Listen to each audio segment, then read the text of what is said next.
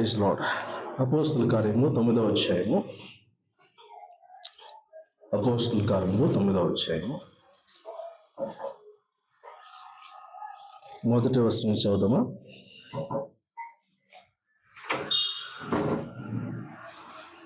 అపోస్తుల కార్యము 9వ అధ్యాయం మొదటి వచనం నుంచి చదువుదాం. సౌలు ఇంకొక ప్రభు యొక్క శిష్యులను బెదిరించుటైను హత్య చేయుటైను తనకు ప్రాణాధారమైనట్టు ప్రధాన యాజకుని ఎదుకు వెళ్ళి, ఈ మార్గమందున పురుషులనైనను స్త్రీలనైనను కనుగొనిన ఎడల వారిని బంధించి యెరూషలేమునకు తీసుకుని వచ్చుటకు దమస్కులోని సమాజంలో వారికి పత్రికలు ఇమ్మని అడిగాను.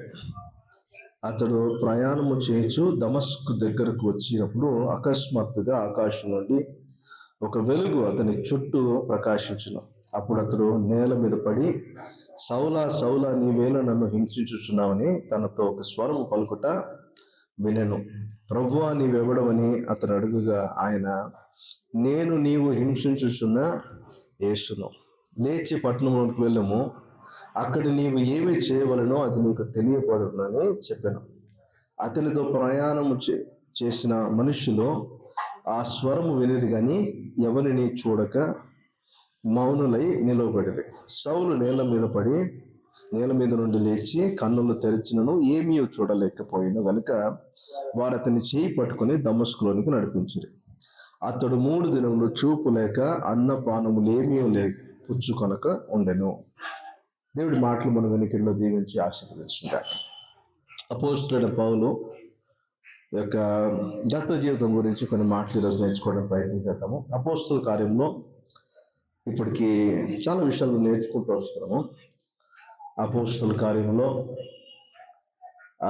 ఒక వ్యక్తి విశ్వాసి ఉండాల్సిన లక్షణాల గురించి అనేక విషయాలు మనకు అర్థమవుతాయి. సంఘము స్థాపించబడిన తర్వాత ఒక విశ్వాసి ఎలా ఉండాలి, ఎలా ఉండకూడదు అనేది మనము ఆదిమ సంఘంలో వారిని చూసినప్పుడు మనకు అక్కడ ఎక్కువ ఇంపాక్ట్ఫుల్ టెస్టిమనీస్ కనపడతాయి. ఆ తర్వాత చాలా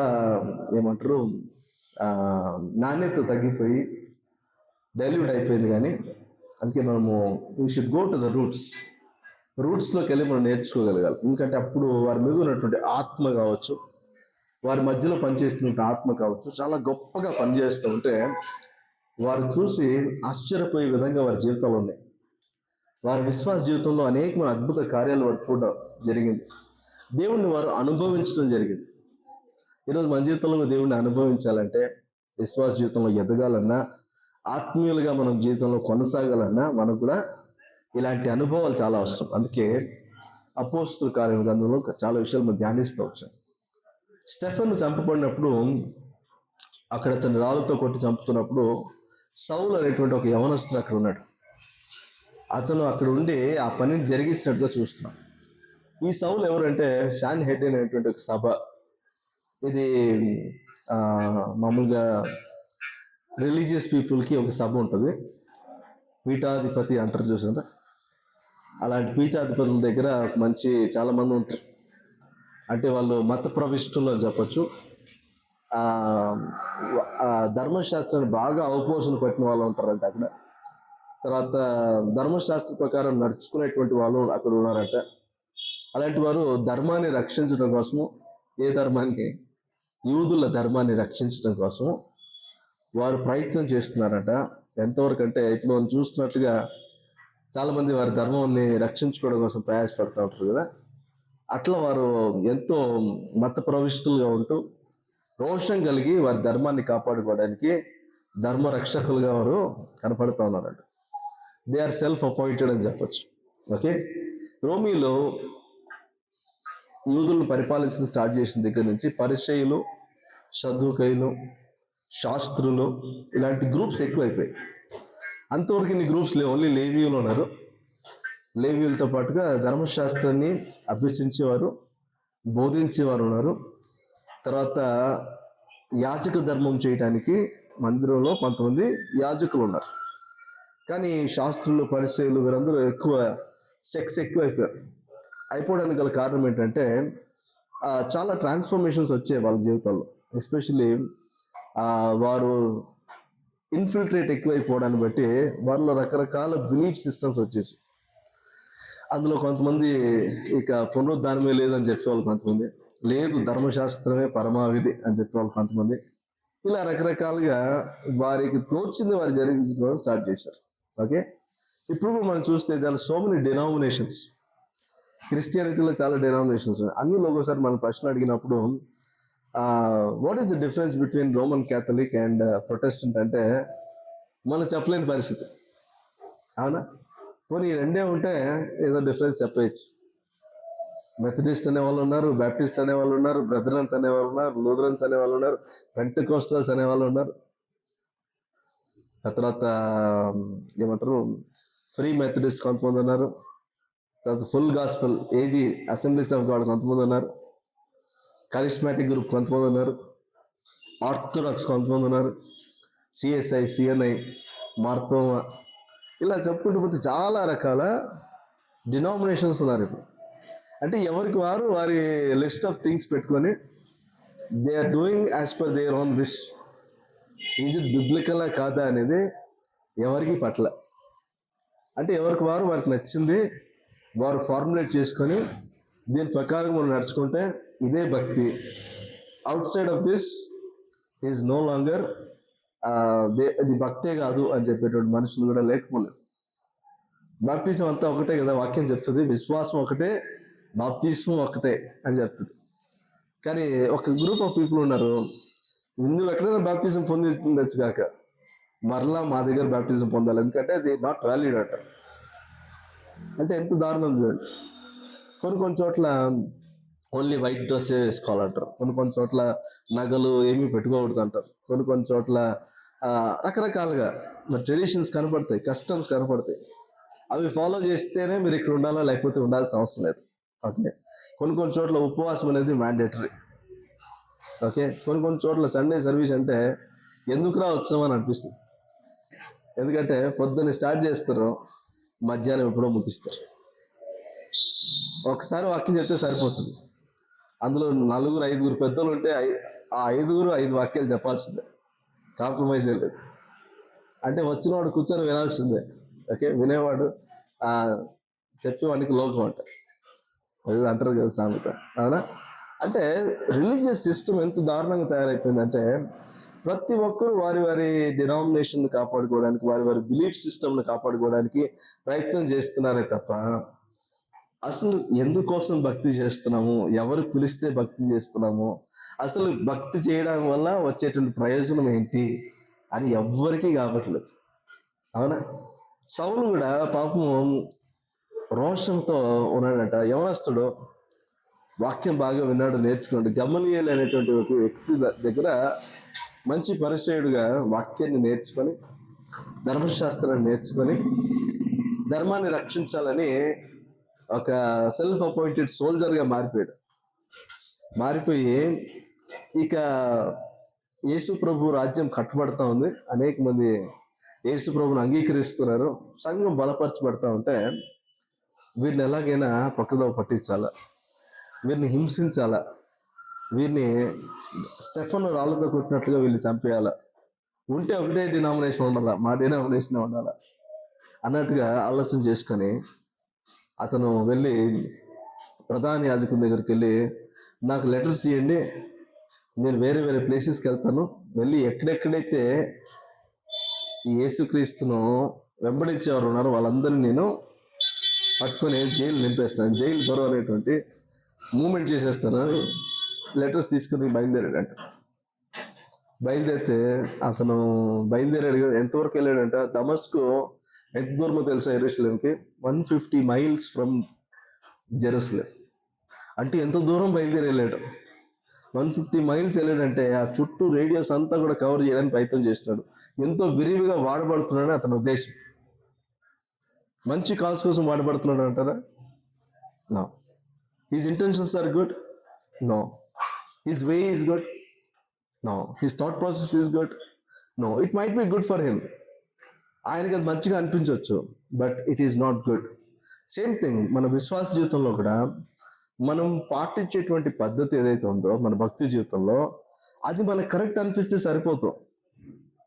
అది దేవుని దృష్టిలో కరెక్ట్గా ఉండాలి, అది వాక్యానుసారంగా ఉండాలి. వాక్యంలో ఎక్కడ ఉంది చెప్పండి? మీరు వెళ్ళి మీరు గంటల కొద్దీ గడపండి దేవునితో. సంఘంలో, సంఘం అనేది, మందిరం అనేది ఇట్స్ నాట్ బిల్డింగ్. మన పోని ధర్మశాస్త్రంలో చూస్తే యెరూషలేములో కట్టబడినటువంటి మందిరంలో ప్రజలు వెళ్ళి కూడుకోవడానికి అవకాశం ఉందా? వాళ్ళు రావాలా, అర్పణ ఇవ్వాలా, బలి అర్పించాలా, వెళ్ళిపోవాలి.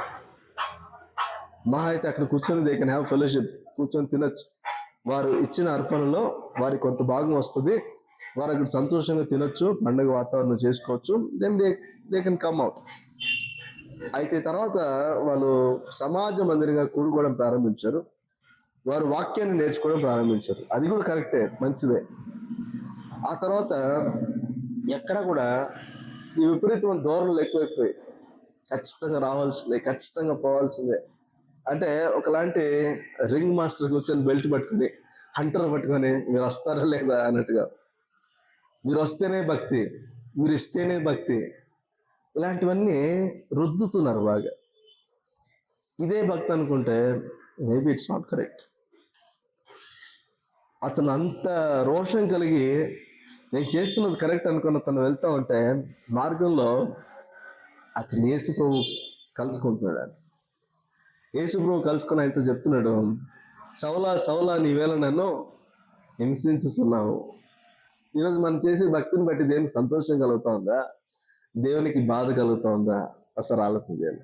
అదేంటి, నేను ఎంత కష్టపడి ఇంత చేస్తే దేవునికి దుఃఖం ఎందుకు కలుగుతుంది, సంతోషమే కలుగుతుంది అని మనం చెప్పచ్చు. కానీ మనం చేస్తున్న భక్తి కరెక్ట్ కాదనుకోండి, దానివల్ల దుఃఖమే కలుగుతుంది కానీ మంచి కలగదు, మేలు కలగదు, ఆయనకి సంతోషం కలగదు. ఈరోజు దేవునికి సంతోషపరచలేని భక్తి అసలు భక్తి అంటారా? కాదు. అవునా? చాలాసార్లు మనం అర్థం చేసుకోవాల్సింది ఏంటంటే, is it biblical? Whatever we been doing, is it biblical? Bible అనుసంధానం చేసుకున్నది ఉందా? బైబిల్ మీద ఆధారపడి ఉందా లేదా? Facts verified or checked or not? ఎవరో ఏదో చెప్తారా, చేసేస్తాం. 7 వారాలు ప్రార్థన చేస్తే ఒక విషయం జరుగుతుందంట. ఓకే, రెగ్యులర్ 7 వారాలు ప్రేయర్ మీటింగ్స్ పెట్టించుకున్నారు ఇంట్లో చాలామంది. 7 weeks రెగ్యులర్గా ప్రేయర్ పెట్టాలా ఇంట్లో. ఎలా పెట్టారంట? అది కూడా సంఘస్థులు పిలిచి ఆ 7 వారాలు ప్రేయర్స్ పెట్టాలంట, అందరికీ భోజనాలు పెట్టాలంట. పెట్టి 7వ వారం అయిన తర్వాత కార్యం జరుగుతుందంట. నమ్మచ్చా ఇది? ఇప్పుడు ఆ 7 వారాలు ఒకవేళ బ్రేక్ త్రూ కోసం, ఫైనాన్షియల్ బ్రేక్ త్రూ కోసం పెట్టాలనుకోండి, ఆల్రెడీ ఫైనాన్షియల్గా ఇబ్బందులు ఉన్నారు. ఇప్పుడు 7 వారాలు 7 ఈవెంట్లు పెట్టాలి. ఒకసారి పెట్టింది నెక్స్ట్ వారం కూడా పెడితే ఏమంటారు వచ్చిన వాళ్ళు? మళ్ళీ ఇదేనా అంటారు. వాళ్ళని సాటిస్ఫై చేయడం కోసం ఇంకోటి ఏదో పెట్టాలి. అక్కడ ఏదో బాగా పెడుతున్నారంటే 2nd week వచ్చిన వాళ్ళు 3rd week ఇంకోరిని పిలుచుకొని వస్తారు. 7 weeks అయిపోయినప్పుడే పెద్ద టోపీ పడి ఉంటుంది. అవునా కదా? ఎందుకు ఈ మాట చెప్తున్నానంటే, people have made it so complicated for a person to follow Christ. అన్నీ చేస్తున్నారు కానీ యేసును మాత్రం సేవించట్లేదు. అన్నీ చేస్తున్నారు కానీ యేసును మాత్రం గనపరిచేటువంటి పరిస్థితి లేదు. అన్నీ చేస్తున్నారు కానీ మార్తా లాగా ఉండిపోతున్నారు కానీ మరియలాగా ఎవరు మార్చబడడానికి ఇష్టపడ్డారు. మార్తా ఏం చేస్తుందంట, యేసు ప్రభు వస్తున్నాడని ఆయన కోసం మంచి మంచి వంటలు రెడీ చేస్తూ ఉందంట. అయ్యా నేను కష్టపడతా ఉంటే నువ్వు మేరీని పంపించవచ్చు కదా అంటుంది ఆమె. అయ్యా అమ్మ, ఇది మీ ఇల్లు, ఆమె నీ చెల్లెలు, నువ్వు కదా పిలుచుకోవాలా, నేనేం చేయగలను? అయితే ఒకటి, నువ్వు చేస్తున్న పని మంచిదే, లేదని చెప్పను, కానీ ఆమె శ్రేష్టమైన పనిని ఎంచుకుంది అని అంటాడు. హల్లెలూయా. మోస్ట్ ఆఫ్ ది టైం మనం దేవుని కోసం ఎంత చేసామనేది ఇంపార్టెంట్ కాదు, ఎలా చేసామనేది ఇంపార్టెంట్ కాదు, రైట్ థింగ్ చేసామా లేదనేది ఇంపార్టెంట్. ఓకే, మన భక్తి జీవితం సెట్ చేసుకోవాలి. ఎప్పటికప్పుడు వాక్యానుసారంగా ఉందా లేదా చెక్ చేసుకోవాలి. ఎవరో ఏదో చెప్పారు నేను చేసేయాలి. కన్ఫెషన్, డిక్రీ అండ్ డిక్లేర్ అంటారు.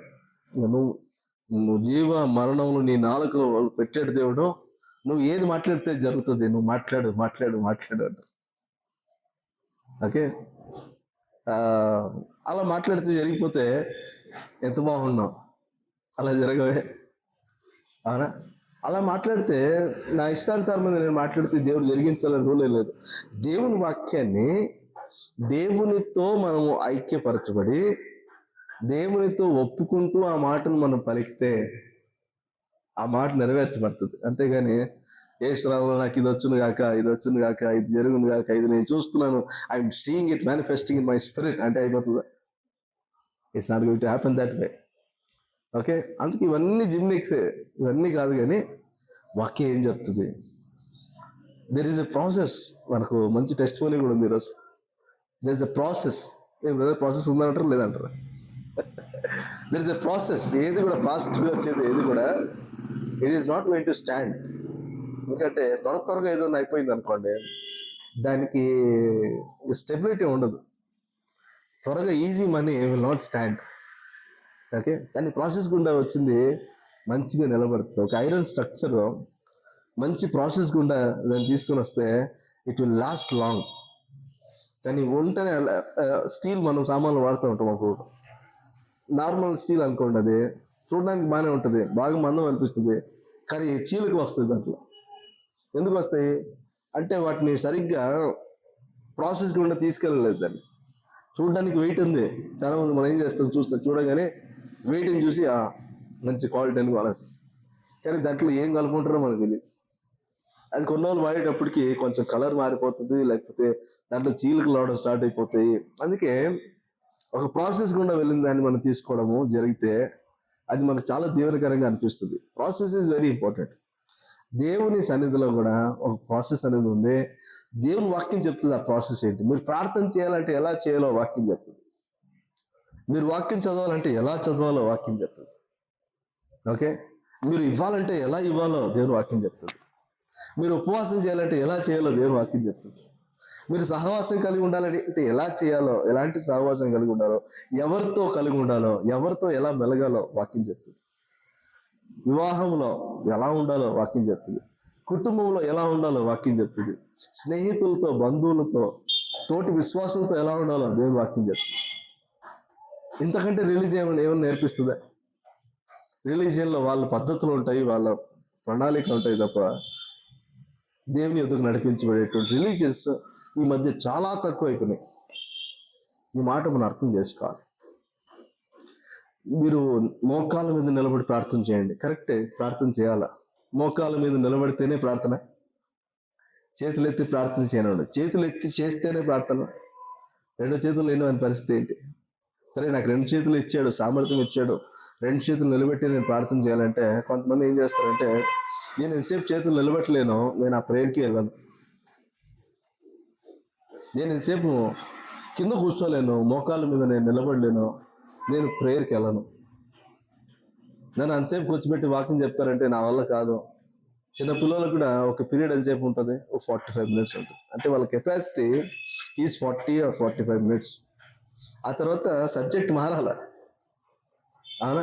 ఇప్పుడు గంట సేపు వాకింగ్ చెప్తే మీకైనా ఎక్కుతుంది? Not possible. ఈ గంట సేపులో మళ్ళీ ఇంకొక 40 minutes మీకు ఎంటర్టైన్మెంట్ చేసి మధ్యలో మీకు అన్నీ మీరు నిద్రపోకుండా మీకు అన్నీ చెప్పి అన్నీ చేసిన తర్వాత ఏదో కొంచెం ఎక్కిస్తే అది ఎంతవరకు ఎక్కుతుంది? అవునా? చాలా కల్తీ అయిపోయిందంట. ఎవరో ప్లాస్మాని కల్తీ చేసి ఎక్కిస్తున్నారంట. ప్లాస్మా బ్లడ్ అంత కల్తీ ఉన్నటువంటి రోజుల్లో మనం ఉన్నాం. ఈరోజు వాకింగ్ కూడా కల్తీ అయిపోతుంది. నాకు చాలా బాధ అనిపిస్తుంది ఇవన్నీ చూసినప్పుడు, ఇవన్నీ వింటున్నప్పుడు. దట్ నేను మీకు చెప్పిన ఆ 2 బోర్డ్స్ గురించి that caught my attention. How many are we going to God? చర్చ్కి ఎంతమంది వెళ్తున్నాము, దేవుని దగ్గరికి ఎంతమంది వెళ్తున్నాము? వాళ్ళందరూ ఏమంటారంటే, ఆ చర్చ్కి వచ్చే వాళ్ళందరూ రేపు పరలోకంలో ఉంటారు. ఇక్కడికి వచ్చారంటే, ఇక్కడ మీకు బర్త్ కన్ఫర్మ్ అయిందంటే, ఇక్కడ మీరు మెంబర్షిప్ తీసుకున్నారంటే రేపు అక్కడ కూడా ఉంటారు. మీకు అక్కడ కూడా భవనం రెడీ చేయబడి ఉంటుంది. I don't know what will happen, తెలియదు. కానీ I should be very careful what we are listening to, what we are practicing also. Okay, Paul జీవితంలో సౌలుగా ఉన్నప్పుడు ఎంతో తీవ్రతతో అతను ప్రయత్నం చేస్తున్నాడంట దేవుని రక్షించడం కోసం. దేవుడు తాను రక్షించుకోలేడా? దేవుడు తన మార్గాన్ని రక్షించుకోలేడా? పేతురుతో అన్నారు, ఎవరు ఇదే ప్రధాన యాజకులు అన్నారు, మీరు ఇక మీదట యేసు ప్రభు నామాన్ని మీరు ఎక్కడ ప్రకటించడానికి వీలు లేదు అన్నారు. వారు ఆగారా? వారు ఆగలే. ఎందుకంటే వీళ్ళు ఏం చేస్తారు, మాకు దేవుడు ఆ తీవ్రతను ఇచ్చాడు, దేవుని మాట ప్రకటించబడుతూ ఉంది, యేసు యొక్క మార్గము ప్రకటించబడుతూ ఉంది, irrespective of so many situations around them. ఎక్కడ ఆగలేదు. సౌల్ లాంటి వ్యక్తులు ఆపగలరా? Is it possible? ఇజ్రాయెల్ ప్రజలు ఐగుప్తులో ఉన్నప్పుడంట వారి నంబర్ పెరుగుతూ ఉంటే యోసేపు ఉన్నంత వరకు బాగానే ఉందంట. యోసేపు చచ్చిపోయిన తర్వాత యోసేపు అంటే తెలియని రాజు ఎవరో వచ్చాడట. ఒక హెబ్రిడ్ చేసిన దాన్ని మనం ఎందుకు ఫాలో చేయాలా, అంతా ఇప్పుడు హెబ్రిలు ఎక్కువ అయిపోతున్నారు అంటే ఇజ్రాయెల్ ప్రజలు, వారిని తగ్గించాలని చెప్పేసి వారిని హెవీ లేబర్ గుండా వాళ్ళు తీసుకెళ్లారట. అలా తీసుకెళ్తున్నప్పుడు ఇక వీళ్ళలో మనుషులు తగ్గట్లేదు, పురుషులు ఎస్పెషల్ మగ పిల్లలు పుట్టగానే చంపేయాల, నైన్ నదిలో పడేయాల అని చెప్పేసి ఒక శాస్త్రం రెడీ చేసిరట. మంత్రసాలతో కూడా చెప్పేసిరట, మీరు పురుడు పోసినప్పుడే మగ పిల్లడు అని తెలిస్తే చంపేసేయండి అని చెప్పేవాళ్ళట. వారు కూడా దేవునికి భయపడి వారు ఆ పని చేయలేకపోయారంట. కానీ సంభవం కొంతమంది మగపిల్లలు పుట్టగానే చంపేయడం లాంటివి జరుగుతూ ఉన్నాయంట ఆ టైంలో. కానీ మనుషులు తగ్గారా? అణిచివేయడం జరిగిందా? సో అంటే మతము ఎంత ప్రబలినా కూడా దేవుని మార్గం కూడా అంత ఎక్కువగా ప్రబలుతూ ఉంటుంది. ఎలియా అనుకున్నాడంట, నా పని అయిపోయింది, యెజబెల్ వచ్చేసి నన్ను చంపేస్తుంది, ఆమె చేతిలో నేను చచ్చిపోయే బదులు నువ్వే నన్ను చంపే ప్రభు అంటున్నాడు. అయితే దేవుడు అన్నాడు, అతను రోషంగా చెప్పుకున్నాడంట, అందరూ బయలు ప్రవక్తలు ఎక్కువైపోయారు, నీకోసం నిలబడే ప్రవక్త నేను ఒకనే, నన్ను కూడా ఆమె చంపేద్దాం అనుకుంటా ఉంది, ఆమె చేతిలో చనిపోవడం కంటే నీ చేతిలో చంపేయడం బెస్ట్, నువ్వు చంపేయి అని అడుగుతావు అంటే దేవుడు అన్నాడంట, ఏం మాట్లాడుతున్నావు నువ్వు, నీకోసం నేను వేరే ప్రణాళికలు కలిగి ఉన్నాను, అవి నీకు తెలియజేస్తానని చెప్పి మరొక మాట చెప్పమంటావా, బయలుకు మొక్కని 7,000 మంది ప్రవక్తలు ఇంకా ఉన్నారు, నీకు తెలియదేమో అంటే. అప్పుడు అనుకుంటున్నట్టుగా ఏలియా అనుకుంటున్నాడు నేను ఒకటే అని అనుకుంటున్నాడు, కానీ బయలుకు మొక్కని ప్రవక్తలు ఇంకా ఎంతమంది ఉన్నారంట, 7,000 మంది ఉన్నారంట. ఇంకా అంటే ఎక్కడ కూడా దేవుని ఉద్దేశం ఎక్కడ ఆగదు, దేవుని చిత్తం ఎక్కడ ఆగదు, దేవుని రాజ్యం ఎక్కడ ఆగదు, ఇట్ విల్ కంటిన్యూ. మనం ఆ గ్రూప్లో ఉన్నామా లేదని చాలా ఇంపార్టెంట్. ఇదేంటి ఇంకో గ్రూపా ఇదంటే కాదు. నిజంగా దేవుని కోసం భక్తి చేసేవాళ్ళు ఆ దేవుని రాజ్యంలో ఉంటారు, వారు దేవుని కొరకు ఆసక్తితో ఉంటారు, దేవుని కొరకు రోషం కలిగి ఉంటారు, వారు దేవుని సేవించే విషయంలో రాజీ పడేవారుగా ఉంటారు. They will be uncompromised. బైబిల్లో ది అన్కాంప్రమైజ్డ్ రైచియస్ అని ఉంటుంది. రాజీ పడని విశ్వాసులుగా మనం మార్చబడాలి, నీతిమంతులుగా మనం మార్చబడాలి, అది దేవుని యొక్క ఉద్దేశం. ఇక్కడ నేను జస్ట్ ఓన్లీ ఇంట్రొడక్షన్ వరకే ఉన్నాను, నేను ఇంకా I have not yet started the real sermon. అతను వెళ్తూ ఉంటే దమస్కు మార్గంలో అక్కడ అతన్ని ఒక వెలుగు ప్రకాశించిందంట, అతన్ని కమ్మిందంట. చూడండి ఆ మాట ఒకసారి. 3వ వచనం, అతడు ప్రయాణం చేయొచ్చు దమస్కు దగ్గరకు వచ్చినప్పుడు అకస్మాత్తుగా ఆకాశం నుండి ఒక వెలుగు అతని చుట్టూ ప్రకాశించును. ఒక వెలుగు అకస్మాత్తుగా, ఇక్కడ సోర్స్ చెప్పబడింది, ఎక్కడి నుంచి వచ్చింది ఆ వెలుగు, ఆకాశం నుండి వచ్చింది. ఒక వెలుగు అతని చుట్టూ ప్రకాశించునని చూస్తున్నాం అంటే అతన్ని ఇట్ కాట్ హిమ్, అతన్ని పట్టేసుకుంది, అతన్ని బంధించి వేసింది ఈ వెలుగు అని చూడొచ్చు. ఆ వెలుగు బంధించేటప్పటికి అతనికి ఏం చేయాలో అర్థం కాలేదు, అతనికి కన్నులు కనపడడం లేదు, అతను నిలబడలేకపోతున్నాడు, ఇక చాలా విషయాలు అతనిలో జరుగుతూ ఉన్నాయి. అప్పుడు అతను ఒక స్వరాన్ని వింటున్నాడంట. ఆ స్వరము, సౌలా సౌలా నీవేళ నన్ను హింసించుచున్నావని తనతో ఒక స్వరం పలుకుట వినెను. వెంటనే ప్రభువా నీవెవడు అని అతడు అడుగగా ఆయన నీవు హింసించుచున్నా యేసును అని చెప్పడం ప్రారంభించాడు. అంటే he caught the attention of Saul here. Just like మోషే యొక్క అటెన్షన్ని గ్రాప్ చేయడం కోసం మండుచున్న పొదను చూపించినట్లుగా ఇక్కడ పౌలు లేకపోతే సౌలును యేసు ప్రభువే పట్టుకోవడానికి, అటెన్షన్ చూపించడానికి, అతన్ని పట్టుకోవడానికి ప్రకాశమానమైన వెలుగు అతని మీద దాడి చేసినట్టుగా కనపడుతుంది. ఈరోజు ఈ వెలుగు మనం దాడి చేయడం చాలా ఇంపార్టెంట్. అతన్ని కమ్మేసిందంట, అతని చుట్టూ ఆ వెలుగు కమ్మేసిందంట. ఈరోజు ఆ వెలుగు మన చుట్టూ కమ్మడం కూడా మంచిది. ఎందుకంటే మనము చీకట్లో ఉండిపోతున్నాము. యుగ సంబంధమైన దేవత మన కన్నులకు గుడ్డితనం కలుగు చేసిందంట. మనలో సత్యం చూసే వాళ్ళు ఎవరు లేరు. ఏదోలే ఆదివారం సంఘానికి వెళ్ళొద్దాము, ఏదోలే రోజుకో ప్రార్థన చేసుకుందాము, ఒక వాక్యం చదువుకుందాము, అయిపోయింది. లేకపోతే చదివే ఉద్దేశం కూడా లేదు, చదివేంత టైం కూడా లేదు. ఏదో వాక్యం వస్తుంది పెట్టేసుకుందాం అయిపోతుంది, లేకపోతే క్యాలెండర్లో వాక్యం చూసుకుని వెళ్ళిపోదాం. ఇలాంటి చీకట్లో ఉన్నటువంటి జీవితాల్లో దేవుని వెలుగు కమ్మడం చాలా అవసరం.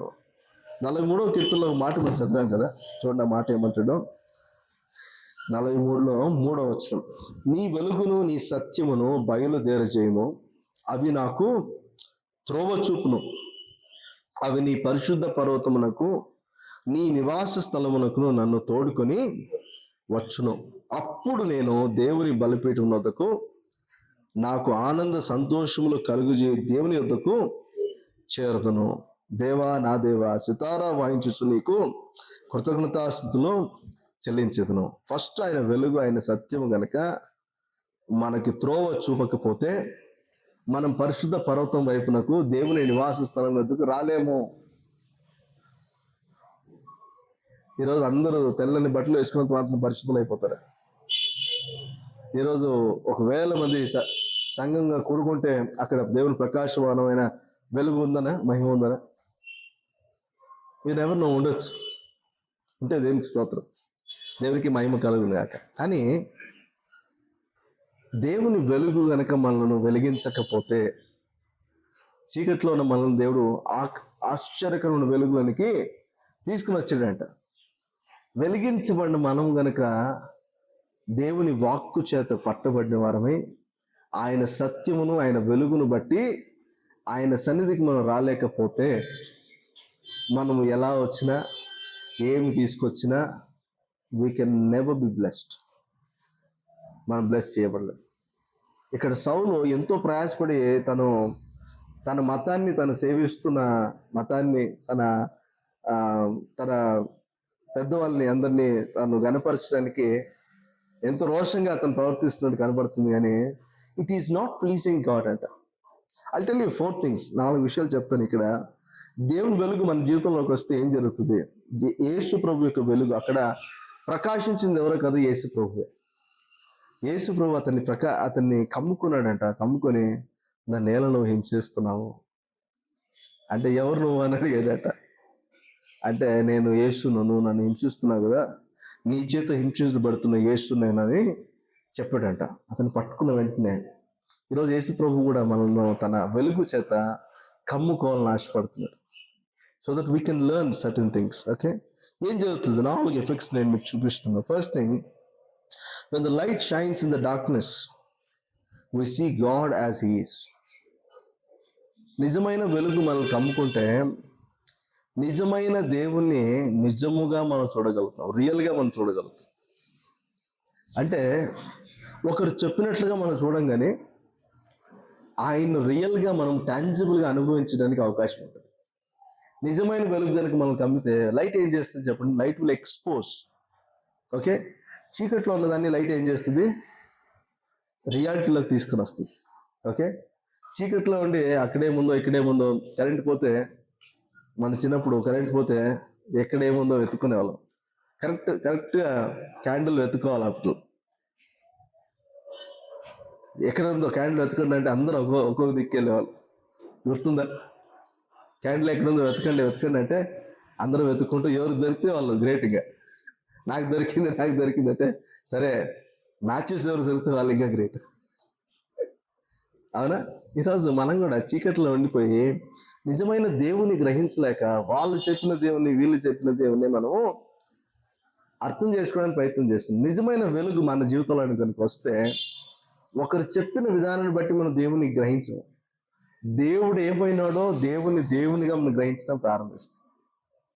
అవునా? ఈ మాట మనకు అర్థం అవ్వాలి. ఈరోజు మనకు తెలిసిన దేవుడు ఏంటో తెలుసు. మనం పాడుతూ 4 మాటలు ఆయన గురించి పాడాం.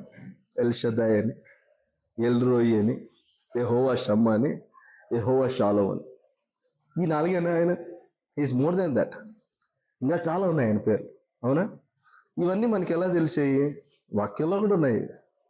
కానీ మనం వాక్యంలో చదివి నేర్చుకున్నాం అన్న వాళ్ళు ఉంటే దేవునికి స్తోత్రం. లేదు పాటలో నేర్చుకున్నాము, ఎవరో చెప్తే నేర్చుకున్నాం అని అన్నాం అనుకోండి, అంటే ఒకరు చెప్పిన దాన్ని బట్టి మనం నేర్చుకుంటున్నాం. వాళ్ళు చెప్పకపోతే నేర్చుకోవాలి. దేవుని వెలుగు గనక మనల్ని కమ్మితే, మనల్ని ఎందుకు చీకట్లోంచి ఆశ్చర్యకరమైన వెలుగులను తీసుకొచ్చాడంటే, దేవునిగా మనం తెలుసుకోవాలని, దేవునితో సహవాసాన్ని మనం కలిగి ఉండాలని. ఈరోజు చాలాసార్లు సౌలుకి దేవుడు ఎవరు అర్థం కావట్లేదు. ఆయన ఎవరికి పని చేస్తున్నాడో, ఎవరికి అగేన్స్ట్గా పనిచేస్తున్నాడో తెలియట్లేదు సౌలుకి. సౌలు ఒకలాంటి చీకటిలో ఉన్నాడు, ఒకలాంటి చీకటి చేత అలుముకొని ఉన్నాడు. చీకటి అతన్ని కమ్మేసింది. ఆదికాండ మొదటి అధ్యాయంలోనే మనం చూస్తాము, భూమి నిరాకారంగాను శూన్యంగాను ఉంది, దాన్ని చీకటి కమ్మేసిందంట. ఈరోజు మనం చూస్తున్న ఈ భూమి చీకటితో నిండి ఉందా?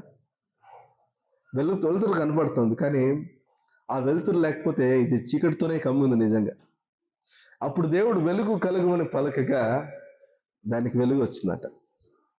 ఇప్పుడు ప్రతిదీ కూడా చీకటి తొలగిపోయి వెలుగు రావడం ప్రారంభమైంది. ఈ వెలుగు కనుక ఆగిపోతే ఏం పరిస్థితి? మళ్ళీ it will go into the darkness. అవునా? ఈరోజు వెలిగించబడినటువంటి ఈ భూమి వెలుగుతూనే ఉండాలి. అందుకే మనం కూడా ఏం చేస్తున్నాం తెలుసా? ప్రకాశమానమైన జ్యోతులను మనం కూడా వెలిగించుకుంటున్నాం. ఎక్కువ బ్యాటేజ్ ఉన్న బల్బులు మనం కూడా రెడీ చేసుకుంటున్నాం. ఎందుకంటే మన జీవితంలో చీకటికి మనము అలవాటు పడినప్పటికీ ఆర్టిఫిషియల్ లైట్ పెట్టుకొని మనం ఏదో మంచిగా జీవం గల వెలుగులో ఉన్నామని మనం కనపరచుకోవడానికి ప్రయత్నం చేస్తున్నాం, which is not possible. Real light కనుక మనల్ని కమ్ముకుంటే మనలో రియల్ ఒక జాగృతి మనలో కలుగుతుందంట. రియల్ దేవుని మనం తెలుసుకోవడం ప్రారంభిస్తామంట. ఈరోజు మనకు వాళ్ళు చెప్పిన వెలుగులోని ప్రకాశము, వాళ్ళు చెప్పిన ఇప్పుడు నేను చెప్పిన వాక్యంలోని ప్రత్యక్షత తీసుకొని దీని ప్రకారం ఇది మాత్రమే ఉంటే సరిపోదు. వీ షుడ్ నో గాడ్ పర్సనల్గా నేను తెలుసుకోవాలి. నేను ఎక్కడి నుంచి చెప్తున్నాను ఈ మాట? నేను తెలుసుకున్నది, నేను నేర్చుకున్నది మీకు చెప్తున్నాను. ఓకే, అలా వారానికి ఒక రోజు మాత్రం వింటారు ఈ మాట, కానీ మిగతా రోజులన్నీ మీరు కదా తెలుసుకోవాలి, మీరు కదా నేర్చుకోవాలి, మరి వాక్యం మీరు కదా చదవాలి.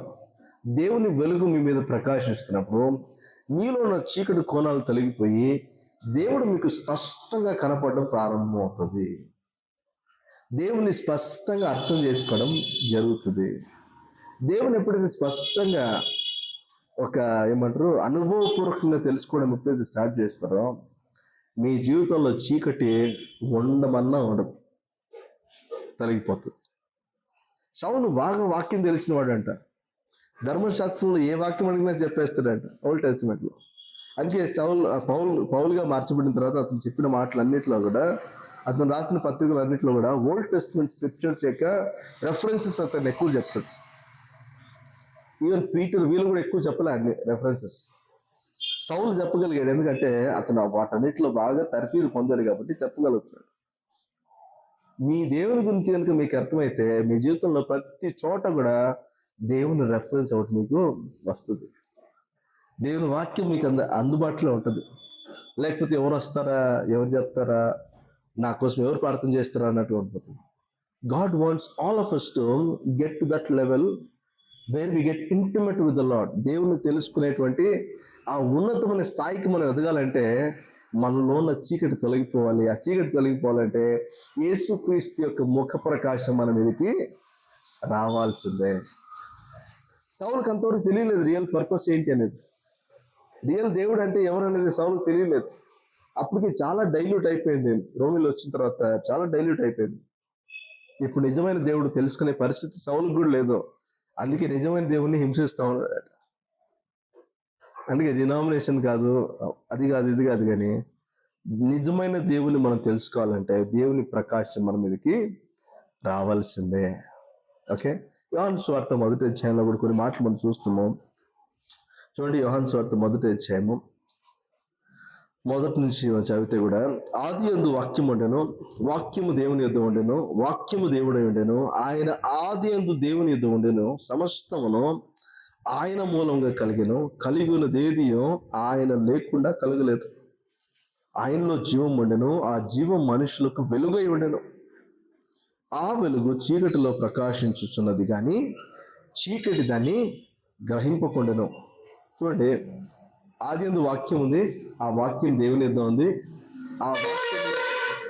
ఆ వాక్యమే జీవం అయింది, ఆ జీవం ద్వారానే సమస్తము ఉనికిలోకి వచ్చాయి.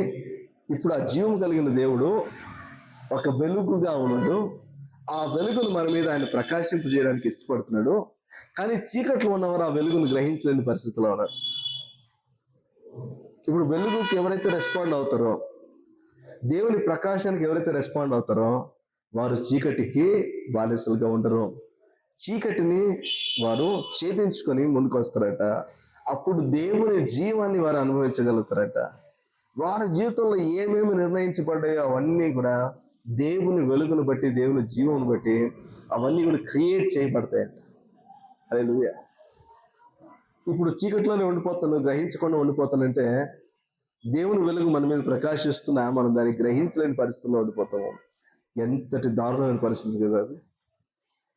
అంటే దేవుని జీవం అనుభవించే పరిస్థితి లేదు, దేవుని దేవునిగా తెలుసుకునే పరిస్థితి లేదు.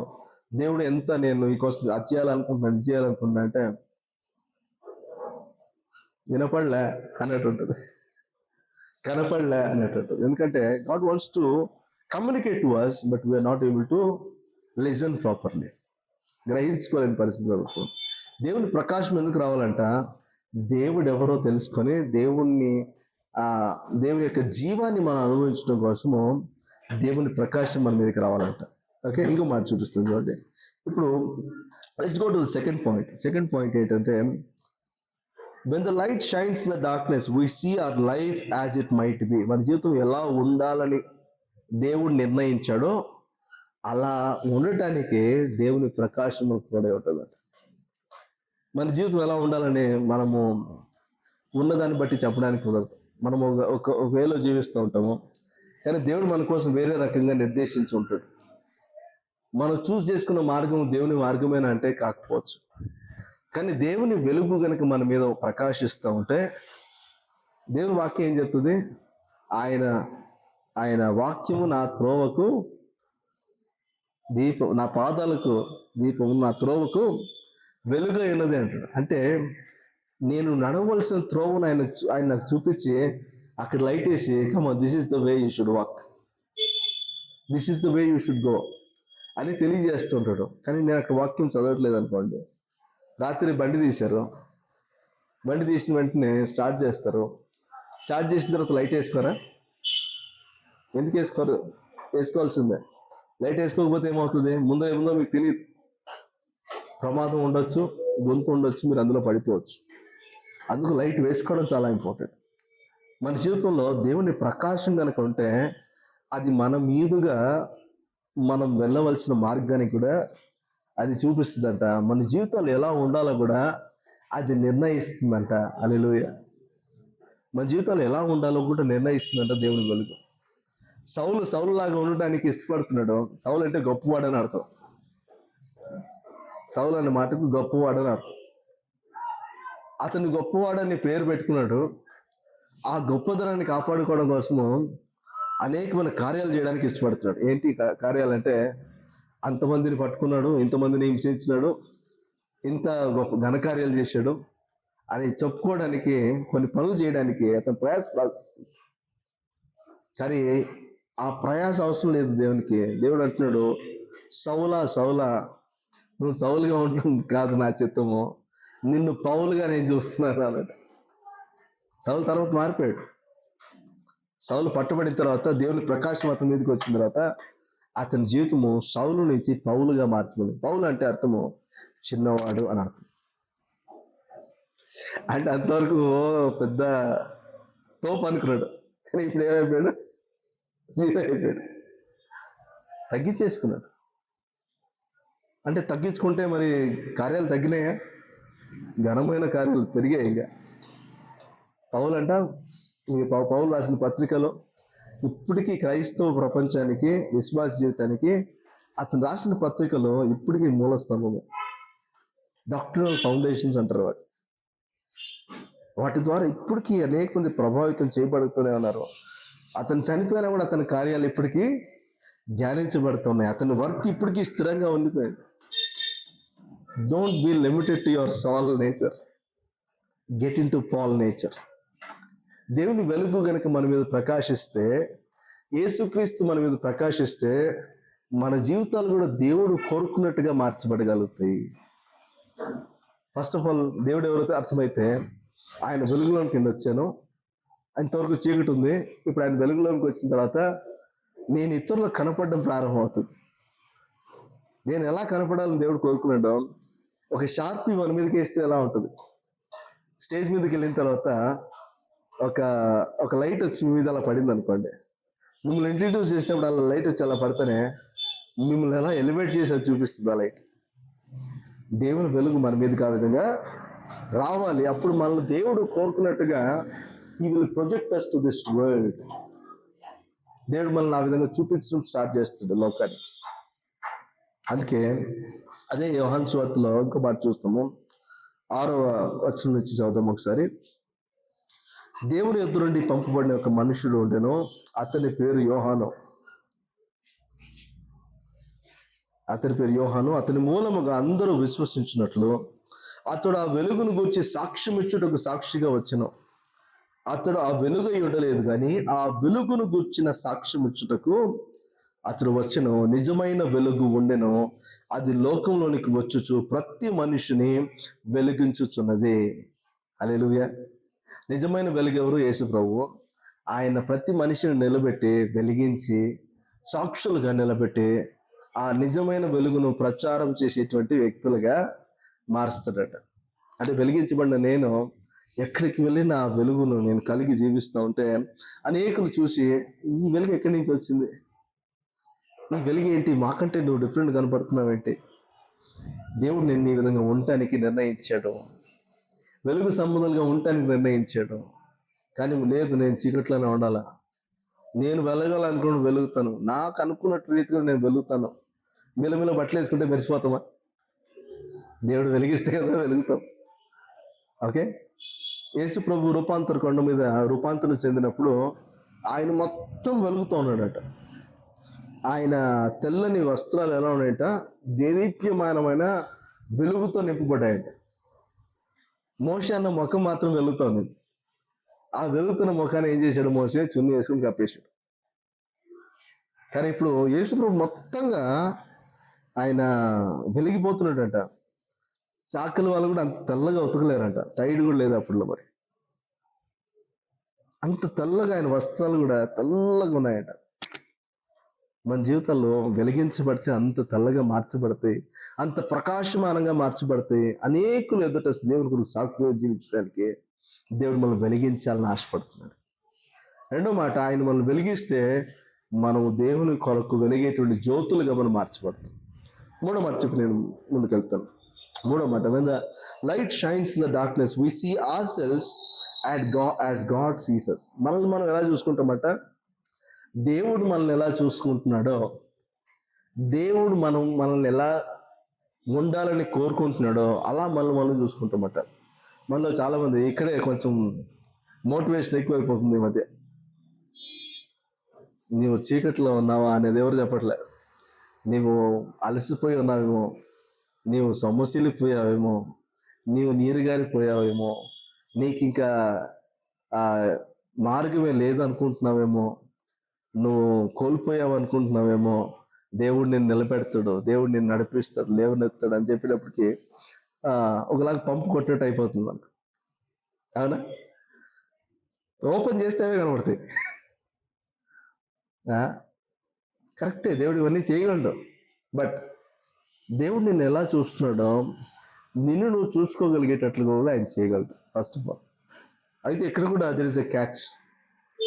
దేవుడు నన్ను పరిశుద్ధులుగా చూస్తున్నాడు అంటే నేను పరిశుద్ధులుగా ఉండడానికి ప్రయత్నం చేస్తున్నాడా? లేదు. ఈ మాట ఎవరు చెప్పరు. ఏం చెప్తారంటే, దేవుడు నిన్ను ఒక ధనవంతుడుగా చూస్తున్నాడు, ఎందుకంటే ఆయన నీలో ఉన్న దరిద్రతను ఆయన తీసుకున్నాడు, ఆయన ధనము నీకు ఇచ్చాడు. దేవుడు నిన్ను గొప్పవాడిగా చూస్తున్నాడు. నిన్ను తగ్గించుకోకూడదు, నిన్ను గొప్పవాడిగా చేసుకోవాలి. ఐ నో పర్సన్, అతను అంటాడు, అన్న దేవుడు నన్ను దీవిస్తానని చెప్పాడు, నువ్వు పని చేయకుండా నన్ను దీవిస్తానని చెప్పాడు, నేను పని చేయాల్సిన అవసరం లేదు అన్నాడు. నువ్వు పని చేయకపోతే దేవుడు దీవిస్తానని ఎలా చెప్తాడు? అంటే నీతో చెప్పిన వాడేవాడు? నేను వాక్యం చెప్తాను, నువ్వు పని చేయాలా, నేను దాన్ని దీవిస్తానని చెప్పాడు కదా. పని చేయకుండా నన్ను దీవిస్తానని చెప్పాడన్నా, నేను పని చేయాల్సిన అవసరం లేదన్నా అని చెప్పి. అరే ఎంతకాలం అంటే లైఫ్ లాంగ్ అన్న. ఈజ్ నేచర్ ఈజ్, అతను ఒకరి దగ్గర పని చేయడం అతనికి ఇష్టం లేదు. నేను ఒకరి కింద పని చేయడం ఏంటన్నా, I'm the son of God. Influence అయిపోయాడు. తర్వాత వాటర్ ప్లాంట్ పెట్టుకున్నాడు. వాటర్ ప్లాంట్ పెట్టుకొని మరి పని చేయొద్దన్నాడు అన్నావు, వాటర్ ప్లాంట్ ఎందుకు పెట్టావు అన్న? దేవుడు నీటితో నన్ను దీవిస్తానని చెప్పాడు అన్న. నీటితో దీవిస్తాడంటే రోజు స్నానం చేసి సరిపోతుంది కదా. నేను దీవించబడతానని చెప్పుకోవచ్చు కదా. లేదంట, నీటితో దీవిస్తానని చెప్పాడంట. వాటర్ ప్లాంట్ పెట్టేసాడు. వాటర్ ప్లాంట్ పెట్టినట్టు బాగుంది. ఒక వాటర్ క్యాన్ ఎంతకు అమ్ముతారు చెప్పండి? ఏదో తక్కువ అమౌంట్కి అమ్ముతారు. ఇప్పుడు అది కూడా వేరే లెవెల్స్ వెళ్తుంది. వెళ్ళి నువ్వు మ్యానుఫ్యాక్చరింగ్ కాస్ట్ చూసుకొని నువ్వు షాప్ కేసేది ఒకటి ఉంటుంది, షాప్ వాడు అమ్ముకునేది వేరేది ఉంటుంది, డిస్ట్రిబ్యూటర్కి ఇచ్చే ఒక ప్రైస్ ఉంటుంది, వాడు అమ్ముకునేది వాడిని మార్జిన్ బట్టి వాడు అమ్ముకుంటాడు. నువ్వు నీ గోడౌన్లో నుంచి 60 రూపీస్ 1 క్యాన్ అంటే ఆ బయట వాడు ఎంతగా అమ్ముకోవాలి దాన్ని? ఇప్పుడు వాడు కొంటాడా 60 రూపీస్? మధ్యలో వాడు కొంటాడా? కొనడు. అంటే దేవుడు నన్ను వాటర్తో దీవిస్తానని చెప్పాడన్నా, ఐల్ బి బ్లెస్డ్. అంటే ఒకసారిగా he wants to scale up himself. జరిగే పనేనా కాదు. అంటే దేవుడు నన్ను ఇలా ఉండమంటున్నాడు, దేవుడు నన్ను ఇలా చూస్తున్నాడు, నిన్ను ఇలా చూసుకోవాలా. దేవుడు నిన్ను ఆయన స్వరూపంలో చేసాడమ్మా. ఎవరైనా నిన్ను రిజెక్ట్ చేస్తే మీరేమన్నా అనుకోండి, దేవుడు నన్ను ఆయన స్వరూపంలో చేసాడు, నేను అందమైన వ్యక్తినే అని అనుకోండి అని మోటివేషన్ స్పీచ్లు ఎక్కువైపోయింది. దేవుడు కరెక్టే, మనల్ని అందంగా చేశాడు, కరెక్టే. అయితే ఆయన ముఖ ప్రకాశం మన మీద ఉంటే, ఆయన్ను పోలి మనం జీవించగలిగితే, ఎక్కడికి వెళ్ళినా మనం రిజెక్ట్ చేయబడినా కూడా వీఆర్ స్టిల్ బ్లెస్డ్. కానీ లేదు, నాకు ఫిజికల్ థింగ్సే కావాలా, మెటీరియల్ థింగ్సే కావాలా, ఇది కాదు కదా దేవుడు కోరుకున్నది. When the light shines in the darkness, when the God's light shine upon us, మన మీద దేవుని వెలుగు ప్రకాశించినప్పుడు అంట, we see ourselves as God sees us. దేవుడు మనల్ని చూసినట్లుగా మనం చూసుకోవడం ప్రారంభిస్తామట. అంటే will become the image of God అని అర్థం. దేవుని దగ్గరికి మనం వచ్చాము, దేవుని వెలుగు మన మీద ప్రకాశిస్తూ ఉంది, దేవుడు ఎవరో మనకు అర్థమవుతుంది. First step. సెకండ్ స్టెప్లో దేవుడు మనల్ని ఎలా ఉండాలని కోరుకుంటున్నాడో అలా మనం ఉండటానికి మనం నిర్ణయించబడుతుంది. మూడవ స్టెప్, ఇప్పుడు దేవుడు మనల్ని ఎలా చూస్తున్నాడో మనల్ని మనం అలా చూసుకోవడం స్టార్ట్ చేస్తాం. దేవుడు మనల్ని ఎలా చూస్తున్నాడు అంటే, దేవుడు మనల్ని మంచి వ్యక్తులుగా ఉండాలని చూస్తున్నాడు. ఆ మంచిదనం కోసం మనం ప్రయాసపడతాం. దేవుడు మనల్ని నీతిమంతులుగా చూస్తున్నాడు, నీతిమంతులుగా ఉండటానికి మనము ప్రయాసపడతాం. అప్పుడు స్టార్ట్ చేస్తాం. లేదనుకోండి, ఆ నీతి, ఆ పరిశుద్ధత, ఆ యథార్థత మనలోనికి రాదు. ఇవి రాకపోతే మనం దేవుని సొత్తు అని చెప్పడానికి అవుతుందా? వి బిలాంగ్ టు గాడ్ అని చెప్పడానికి అవుతుందా? అవుతుంది. ఆ పైన నేను ఎంతో మోటివేషన్ చేసుకొని నేను ఎంత అని చెప్పుకున్నా అవుతుందా? అవుతుంది. దేవుడు నన్ను దీవిస్తానని చెప్పాడు, కరెక్టే. కానీ ఆయన ఉద్దేశ ప్రకారం దీవిస్తానని చెప్పాడు. ఆయన నన్ను ఎలా చూస్తున్నాడో నాకు అర్థం అవ్వాలా, అప్పుడే నేను దీవించబడతాను. లేదనుకోండి, నా ప్లాన్స్ నాకు ఉంటాయి, నా ఉద్దేశాలు నాకు ఉంటాయి, కానీ దేవుడు నన్ను అలా చూడడం లేదు. దేవుడు వేరే రకంగా చూస్తున్నాడు. సౌలుకి తన ఇంటెన్షన్స్, తన అంబిషన్స్ తనకు ఉన్నాయి, కానీ దేవుడు సౌలు లాగా చూడట్లే, అతన్ని పౌలు లాగా చూస్తున్నాడు. తర్వాత నువ్వు వెళ్ళు దమస్కు పట్టణంలోకి వెళ్ళు, అక్కడ నువ్వేం చేయాలో నేను చెప్తానని చెప్పాడు. అతను వెళ్ళి 3 రోజులు అన్నపానం లేకుండా ఉన్నాడంట.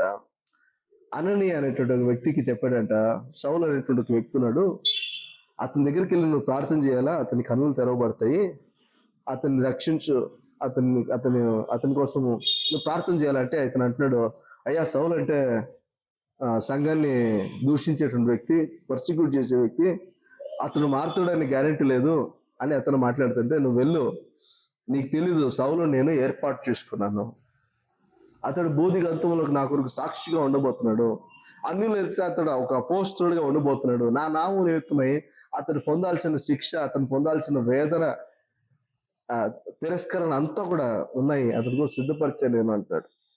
అంటే దేవుడు పౌలును గురించి ఆల్రెడీ చాలా విషయాలు నిర్ణయించుకొని ఉన్నాడు. అయితే సౌలు మాత్రం వేరే మార్గంలో నడుస్తా ఉన్నాడు.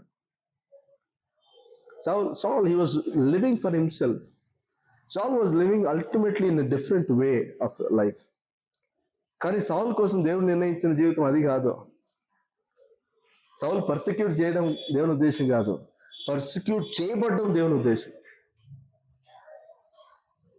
విశ్వాసిగా మనం ఏమనుకుంటామంటే, నేను ఎక్కడ కష్టము నష్టము చూడకూడదు. లేదు, కష్టం కూడా నువ్వు వెళ్ళడం దేవుని ఉద్దేశం. ఎందుకంటే కష్టం కూడా నువ్వు వెళ్ళినప్పుడు నీ జీవితం యొక్క విలువ నీకు అర్థమవుతుంది, నీ జీవితంలో దేవుడు ఇన్వెస్ట్ చేసిన కృప అర్థమవుతుంది, దేవుని దయ, దేవుని మహిమ నీకు అర్థమవుతుంది, దేవుని ఉద్దేశం నీకు అర్థమైనప్పుడు, దేవుని చిత్తం నువ్వు గ్రహించినప్పుడు నీ జీవితంలో జరుగుతున్నటువంటి ఆ కార్యం దేవునికి మహిమకరంగా ఉంటుంది. నీ క్యారెక్టర్ పర్సానిఫై చేయబడి, ఎడిట్ చేయబడి, ఎడిఫై చేయబడి నువ్వు పరిపూర్ణమైన వ్యక్తిగా మార్చబడతావు. ఈరోజు కష్టం నాకు వద్దు అన్న వాళ్ళకి అసలు ప్రాసెస్ తెలియట్లేదు, దానివల్ల వచ్చే గ్రేటర్ రిజల్ట్స్ అసలే తెలియదు, దాన్ని అనుభవించే పరిస్థితే లేదు. God sees us in a different way. We see us ourselves in a different way. Match లేదు. నన్ను దీవించంటే నువ్వు చేసే పనులు నేను దీవిస్తే ఇంక దేవుడు ఎందుకు, ఆయన ప్రణాళిక ఎందుకు, ఆయన ఉద్దేశం ఎందుకు? ఆయన మనల్ని చేసుకున్నాడు తన ఇమేజ్లో. నేను నాలాగా జీవిస్తానంటే ఆయన ఏం చేస్తున్నాడు? లేదు, ఇలా తిరిగి ఆయన వైపు నేను చూసుకోగలిగితే, ఆయన నన్ను ఎలా చూస్తున్నాడో నాకు అర్థమైతే, సరే ప్రభు అదేదో బాగున్నట్లుంది, నేను నీ ఉద్దేశంలో, నీ ప్రణాళికలో, నీ చిత్తంలో నేను ఉండటానికి ఇష్టపడుతున్నాను చెప్పాల. When the light of God comes upon us. ఇప్పుడు సౌలు కూడా అర్థం కావట్లేదు, కానీ తర్వాత తను పౌలుగా మార్చబడిపోతున్నాడు. దేవుడు సౌలు ఎలా ఉండాలని కోరుకున్నాడో అలా అతను మార్చబడ్డానికి దేవుని వెలుగు అతని ప్రకాశించడము మంచిదైంది. యోహాను సువార్తలో మళ్ళా నేను ప్యారలల్గా అక్కడ చెప్తా ఉంటాను. యోహాను సువార్తలో ఎందరైతే క్రీస్తును అంగీకరించారో వారికి దేవుని పిల్లలగుటకు అధికారం ఇవ్వబడింది అని ఉంటుంది. అంటే ఎవరైతే వెలుగు చేత పట్టబడతారో, ఎవరైతే దేవుని జీవం వస్తుందో వారు దేవుని యొక్క వారసులుగా మార్చబడగలుగుతారు. దేవుడు కోరుకునేటువంటి విధంగా వారు జీవించడం ప్రారంభమవుతుంది. ఓకే, 4వ మాట చెప్పి నేను ముగిస్తాను. I tell the last word. Okay, when the light shines in the darkness we see the beauty of his gift. Okay, ఎప్పుడైతే దేవుని ప్రకాశం మన మీదకి వస్తుందో, దేవుని వెలుగు మన మీదకి వస్తుందో, అప్పుడు we see the beauty of his gift. ఆయన మనకు అనుగ్రహిస్తున్నటువంటి జీవితం యొక్క మాధుర్యం మనకు అర్థం అవడం స్టార్ట్ అవుతుంది. We'll enjoy the beauty of the gift of life that God has given us. ఈ బ్యూటీ ఎలా ఉంటుందంటే చూడండి, మళ్ళీ యోహాను సువార్తలోకి వెళ్ళండి, 12వ వచనం నుంచి చదువుతున్నాను. యోహాను సువార్త 1వ అధ్యాయం 12 నుంచి. తన్ను ఎందరు అంగీకరించారో వారికి అందరికీ, అనగా తన నామమున విశ్వాసం ఉంచిన వారికి దేవుని పిల్లలగుటకు ఆయన అధికారం అనుగ్రహించును. వారు దేవుని వలన పుట్టిన వారే గాని రక్తం వలనైనను, శరీరేచ్ఛ వలనైనను, మనుష్యేచ్ఛ వలనైనను పుట్టిన వారు కాదు. అంటే ఇప్పుడు మీ రూట్స్ మారిపోయాయి, మీ సోర్స్ మారిపోయింది. ఇప్పుడు దేవుని వలన పుట్టిన వారుగా మార్చబడ్డారు కాబట్టి మనుష్యేచ్ఛల నుంచి కాదు, శరీరేచ్ఛల నుంచి కాదు, లేకపోతే మీ రక్తం వలన, అంటే మీ మనస్తత్వం వలన వచ్చినటువంటి వారుగా మీరు ఉండరు. దేవుని ఉద్దేశాల ప్రకారం జీవించడం ప్రారంభిస్తారు. వారి కోసం దేవుడు ఏమేమి పెట్టాడంట? 16వ వచనంలో చూస్తే, ఆయన పరిపూర్ణతలో నుండి మనమందరము కృప వెంబడి కృపను పొందుతుంది. అంతవరకు కృప అంటే ఎందుకు తెలియదు, కృపను ఎలా వాడుకోవాలో తెలియదు. ఇప్పుడు దేవుని జీవం పొందుకొని దేవుని యొక్క ప్రకాశం మీ మీద వస్తూ ఉంటే దేవునిలోకి ట్యాప్ అయిన వారుగా ఆయన పరిపూర్ణతలో నుండి ఇప్పుడు అరకొరగా దేవుని అనుభవించడం కాదు, దేవుని కృప వెంబడి కృప మీ జీవితంలో అనుగ్రహించబడుతూ ఉంటే దాంట్లో మీరు ఎదుగుతూ ఉంటారంట, వర్ధిల్లుతూ ఉంటారంట. దేవుని ప్రకాశం పౌలు మీదకి వచ్చింది. పౌలు అంటాడు, సౌలు పౌలుగా మార్చబడ్డాడు కదా. అతను అంటాడు, పూర్వం దూషకుడును హానికరుడును హింసకుడుగా నేను ఉన్నాను, కానీ నేను కనికరించబడ్డాను. He understood that the grace of God is at work in his life. అతని జీవితంలో కృప పనిచేస్తా ఉందని అతను నమ్మాడు. బలహీనంగా ఉన్నప్పుడు అడిగాడట, ఈ ముళ్ళు నాలోంచి తీసి అంటే, నా కృప నీకు చాలు అన్నాడు. ఈరోజు ఆ కృపతోనే నేను బతికేస్తున్నాను అని అతను మరణానికి ఎదురుగా వెళ్తున్నాడట.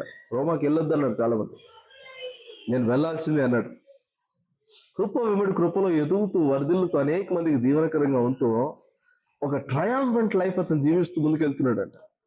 చాలా మంది అనుకుంటున్నారు, ఇతను ఈజ్ అ ఫూల్, అతను బతుకుంటే ఇంకెంతమందికి ఉపయోగపడతాడో. No, he is living for the Lord. కృప వెంబడి కృపను అనుభవిస్తూ ముందుకెళ్తున్నాడంట. కృపా సత్యములు అతనికి తోడుగా ఉన్నాయంట. ధైర్యంగా వెళ్తున్నాడు. ఎక్కడికి వెళ్ళినా ఎవ్వరికి భయపడలేదంట. అగ్రిపు రాజు ముందు నిలబడి వేస్తున్నాం ప్రకటిస్తున్నాడంట. ఫెస్టస్ రాజు ముందుకెళ్ళి దేవుని ప్రకటిస్తున్నాడు, దేవునికి సాక్షిగా నిలబడుతున్నాడు. కృప వెంబడి కృప, మన జీవితంలో ఇన్వెస్ట్ చేయబడిన కృపను, మన గిఫ్ట్ని, దేవుడు మనకిస్తున్న గిఫ్ట్ని, రిసోర్సెస్ని వినియోగించుకోవడం ప్రారంభిస్తామంట. దేవుని వెలుగు కనుక మనలో ప్రకాశిస్తే. 4 విషయాలు చెప్తున్నాను ఈరోజు. ఈ 4 విషయాలు మన జీవితంలో జరగాల. When the light of God appears on us, will see God as he is. దేవుడు ఎవరై ఉన్నాడో ఆయన మనం గ్రహించుకోగలుగుతాం. ఒకరు చెప్పినట్లుగా కాదు, అనుభవపూర్వకంగా మనమే తెలుసుకోగలుగుతాం. దేవుని ప్రకాశం మన మీదకి వస్తుంది. రెండవది, will see how we might be. మనం ఎలా ఉండాలని దేవుడు కోరుకుంటున్నాడో అలా ఉండటానికి దేవుని ప్రకాశం మన మీద ఉంటే దేవుడు ఎవరో గ్రహించగలుగుతాము. దేవుడు మనల్ని ఎలా ఉండాలని కోరుకుంటున్నాడో ఆ విధంగా మనం ఉండటానికి దేవుడు సహాయం చేస్తాడు. మూడవది, దేవుడు మనల్ని ఎలాగైతే చూస్తున్నాడో అలా మనం చూసుకోవడం ప్రారంభిస్తాము. దేవుడు మన కొరకు నిర్ణయించిన వాటిని, సిద్ధపరిచిన వాటిని, దేవుడు మన కొరకు ఊహించుకున్న వాటి అన్నిటిని మనం నెరవేర్చుకునే వారంగా, దేవుడు ఇలా అనుకున్నాడు, నేను ఇలా అయ్యాను. దేవుడు ఊహించుకున్నట్లుగానే నేను మార్చబడ్డాను. దేవుడు ఎలాగైతే నేను ఉండాలనుకున్నానో అలాగే నేను మార్చబడ్డాను. ఇది కాదా ఫుల్ఫిల్మెంట్ అంటే? ఓకే, మన పిల్లలు పలానా కావాలని మనం కోరుకుంటాం, వాడు వేరే మార్గం అనుకుంటాడు. Maybe it suits him, maybe మనకి అది నచ్చుతుందేమో, కానీ ఇప్పుడు నేను అనుకున్నది వాడు చేస్తే ఎలా ఉంటుంది చెప్పండి? అయితే that might not be the right thing. మనిషిగా నేను వాడి కోసం కరెక్ట్ నేను చెప్పలేనేమో, కానీ వాడు నన్ను సంతోషపెట్టడానికి వాడు నేను కోరుకున్నట్టుగా అవ్వచ్చేమో, కానీ దాంట్లో వాడు సంతోషంగా ఉండలేడేమో. కానీ కొన్నిసార్లు ఇదే బెస్ట్ థింగ్ ఏమో వానికి. వాడు అర్థం చేసుకోకుండా వాడి మార్గంలో వెళ్ళి ఫెయిల్యూర్స్ అన్ని చూసిన తర్వాత టైం తిరిగి ఎందుకు వస్తుందా? Can he become this? No.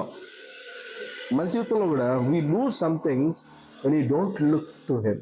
ఆయన వెలుగు మన మీద ప్రకాశించకపోతే మనం అనుకున్నంత కరెక్టే అనుకొని ఆయన చిత్తాన్ని మనం గ్రహించలేక మనం మిస్ అయిపోతాం. ఆ ట్రైన్ మిస్ అయిపోయామంటే అయిపోయింది. మళ్ళీ స్టేషన్లో ఎంతసేపు నిలబడినా it is not going to come back for you. Okay, నాలుగవది, ఆయన మనకి ఇచ్చిన గిఫ్ట్ ఏదైతే ఉందో దాన్ని మనం చెరిష్ చేయడం ప్రారంభిస్తాం. కృప అనే గిఫ్ట్ ఇచ్చాడు, దయ అనే గిఫ్ట్ ఇచ్చాడు, ఆరోగ్యం అనే గిఫ్ట్ ఇచ్చాడు, కరుణా కటాక్షలను కిరీటంగా ధరింపజేసాడంట. ఈ మాట నాకు మొన్న రీసెంట్గా ఒక ఫ్యామిలీ షరత్ వాళ్ళ ఇంటికి వెళ్ళినప్పుడు వాళ్ళతో మాట్లాడుతున్నాను. కరుణా కటాక్షములను కిరీటంగా ధరింపజేసాడంటే దాన్ని విజువలైజేషన్, ఆ రోజు నేను మాట్లాడుతున్నప్పుడు ఒకలాంటి విజువలైజేషన్ దేవుడు నాకు చూపించాడు. లిటరల్గా ప్రతిరోజు మనం లేపి పిల్లల్ని రెడీ చేసి పంపిస్తాం కదా, అలా మనం రెడీ చేసి దేవుడు మనం లేవంగానే ఒక కిరీటంతో దేవుడు రెడీగా ఉన్నాడట. Is ready with the crown. మనం లేచిన వెంటనే గుడ్ మార్నింగ్ అని చెప్పి మన మీద కిరీటం పెట్టి live like a king today అంటున్నాడట. కరుణా కటాక్షంలో ఆయన కటాక్షాన్ని, ఆయన కరుణను మనకిచ్చి ఒక కిరీటంగా పెట్టి go live today, triumphantly live today, I'm with you, నేనున్నా నీతో, నీకు కిరీటం ధరింపజేస్తున్నాను. ఇజ్రాయెల్ ప్రజలు ఐగుప్తుల నుంచి బయటకు వచ్చిన తర్వాత అరణ్యంలో ఉంటే 40 సంవత్సరాల వారి కోసం మన్నా సిద్ధంగా ఉందంట. వారి నిద్ర లేవంగానే పొద్దున్నే వారికి మన్నా సిద్ధంగా ఉందంట. ప్రతిరోజు మన కోసం ఒక కరుణ కటాక్షం, ఒక కిరీటం పట్టుకొని దేవుడు రెడీగా ఉన్నాడట. మీరు లేచిన వెంటనే ఒకసారి గుడ్ మార్నింగ్ అని మీరు చెప్తే ఆయన దగ్గర రెడీగా ఉందంట. He always wants to crown you with his mercy, with his favor. ఆయన ధరింపు చేస్తాడంట. ఇంకా ఆ రోజు మీరు ఎక్కడికి వెళ్ళినా God will be with you, God will help you to triumph in your life. కరుణా కటాక్షం కిరీటంగా ధరింపు చేయడానికి ఆయన ఇష్టపడుతున్నాడంట. ఆ గిఫ్ట్ మనకు అర్థం అవ్వాలంటే we should see our selves in the light of God. దేవుని వాక్యపు వెలుగులో మనం చూసుకోగలిగితే ఈ గిఫ్ట్ మనం చెరిష్ చేయగలుగుతాం. కిరీటం పెట్టాడు, ఏం ప్రయోజనం? కష్టాలు ఏమి లేకుండా పోలేదు కదా, ప్రాబ్లమ్స్ ఏమి రాకుండా పోలేదు కదా అని నిందిస్తూ ఉంటాం. ఏ కిరీటం ఏమైనా పెడుతుందా నాకు? కిరీటం ఏం చేస్తుంది? నిజంగా నీకు ఆ కిరీటం యొక్క విలువ కనుక అర్థమైతే you will never question God, you will never grumble against God, you will enjoy the benefit that God has blessed you with. ఆ బ్లెస్సింగ్ నీకు మెటీరియల్గా కనపడకపోవచ్చేమో, కానీ దేవుడు నీతో ఉన్నాడు, ఆ బ్లెస్సింగ్ని నీకు ఆయన దయచేసినాడు అనే విషయం కనుక నీకు అర్థమైతే you will experience the magnitude of the blessing that God has blessed you with. That's what God is expecting. పౌలులో దేవుడు ఇన్వెస్ట్ చేసిన మాటలే చాలా గొప్పవి, కానీ సౌలుగా అతనికి అర్థం కాలేదు. ఎప్పుడైతే పౌలుగా అతను మార్చబడ్డాడో, దేవుని ముఖ ప్రకాశం ఆయన మీదకి వచ్చిందో, అతని లైఫ్ మారిపోయింది. ఈ 4 రకాలుగా అతని లైఫ్ మారిపోయింది. సౌలు యొక్క జీవితం నిజంగా మారిందంటాం లేదంటారా? Indeed, he's been a blessing to all of us. ఈరోజు మన జీవితం కూడా ఆయన ముఖ ప్రకాశం వల్ల మార్పు చెందాలి. నెక్స్ట్ ప్రార్థన చేద్దామా? Let's pray. స్తోత్రం తండ్రి, స్తోత్రం చెప్పండి ప్రభుకి. విన్న వాక్యాన్ని బట్టి దేవునితో మాట్లాడండి. God wants us to be blessed. తన ముఖ ప్రకాశాన్ని మన మీద ఆయన కనపరచాలని ఆశపడుతున్నాడు. యెహోవా దీవించి నేను ఆశీర్వదించును గాక, తన సన్నిధిని కాంతిని మీ మీద ఉదయింపచేసి మీకు ఆరోగ్యాన్ని, సమాధానాన్ని, క్షేమాన్ని, సంతోషాన్ని ఆయన ఇవ్వాలని ఆశపడుతున్నాడు. తన ముఖ కాంతిని, ప్రకాశమును మీకు ఇవ్వాలని ఆశపడుతున్నాడు. సౌలును ఆయన ఎదుర్కొన్నాడు. సౌలు వెళ్తున్న మార్గము అతని కోసం నిర్ణయించబడిన మార్గము కాదు అని అతను తెలియపరిచాడు. ఈరోజు మనం వెళ్తున్న మార్గము, మనం ఎన్నుకున్నటువంటి మార్గము, మనం చేస్తున్న భక్తి దేవుని సంతోషపెట్టేదిగా ఉందా? దేవుడు కోరుకున్నదే నిర్ణయించిందా లేదా? మనకు అర్థం అవుతుందా లేదా? ఈరోజు మన చీకట్లో ఉన్న వారమైతే దేవుని ముఖ ప్రకాశము మన మీద ప్రకాశిస్తూ ఉండగా, Lord help me realise who you are. మీరెవరో తెలుసుకోగలిగిన కృప నాకు ఇవ్వండి. Help me realise who I might be. నేను ఎలాంటి వారుగా ఉండాలని నువ్వు కోరుకుంటున్నావో నాకు మీ ముఖ ప్రకాశం బట్టి తెలియచేయండి ప్రభు. మూడవది, I want to see how you see me. నన్ను ఎలా చూస్తున్నావో దాన్ని నేను గ్రహించి దాని ప్రకారంగా నేను మార్చబడాలి. నువ్వు ముఖ ప్రకాశము నా మీదకి రానివయ్యా. నాలుగవది, I want to enjoy the benefits, the blessing, the gift of life. మీ ముఖ ప్రకాశం నా మీద ఉండడాన్ని బట్టి let me experience the joy of salvation. Let me experience the bountiful blessings that you have blessed me with. మీ ముఖ ప్రకాశం వల్ల సౌలు పౌలుగా మార్చబడ్డాడు. సౌలు జీవితం మార్చబడింది. సౌలు విధానాలు మార్చబడ్డాయి.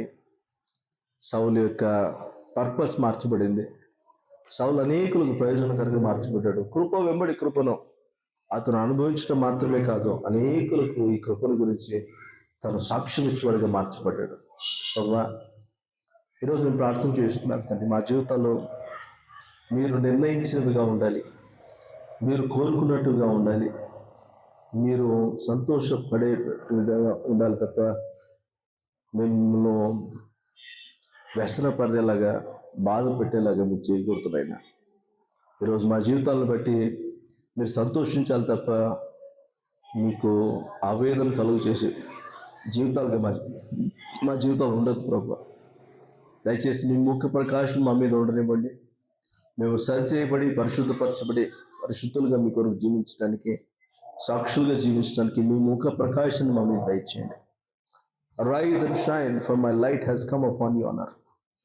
మీ ముఖ ప్రకాశం మా మీదకి వచ్చినప్పుడు, మీ వెలుగు మా మీద తేజరిల్లినప్పుడు చీకట్లోంచి మేము బయటపడాలి. మిమ్మల్నిగా గ్రహించి, మిమ్మల్ని సేవించి, మిమ్మల్ని గనపరచగలగాలి. అంత మాత్రం కాదు నాయనా, మీ ముఖ ప్రకాశంలో మేము వర్ధిల్లుతూ అనేకులకు ప్రయోజనకరంగా, దీవెనకరంగా మేము మార్చబడాలి. సాక్షులుగా మేము జీవించాలి. అయినా మీరు మమ్మల్ని చూస్తున్న విధానంగా మమ్మల్ని మేము చూసుకోవడం మేము ప్రారంభించాలి. మీ ఉన్నతమైన ప్రణాళికలో మేము ఫిట్ అవ్వాలి. మీ చిత్తాన్ని జరిగించే వ్యక్తులుగా మేము మార్చబడాలి. నాలుగవదిగా, మీరు మా జీవితంలో నిర్ణయించిన, సిద్ధపరిచించిన ప్రతి మేలును, ప్రతి గిఫ్ట్ని మేము పొందుకొని ప్రభువా, మేము దీవించబడి నిన్ను ఘనపరిచేటువంటి జీవితాలుగా మా జీవితాలు మార్చబడగలగాలి. అటు జీవితాలుగా మా జీవితాలు మార్చమని మీ దగ్గర లక్షణస్థానానికి సమర్పించుకుంటూ మా ప్రభువును రక్షకుడైన యేసుక్రీస్తు నామములో అడిగి పెట్టుకుంటున్నాము తండ్రి. ఆమేన్, ఆమేన్, ఆమేన్.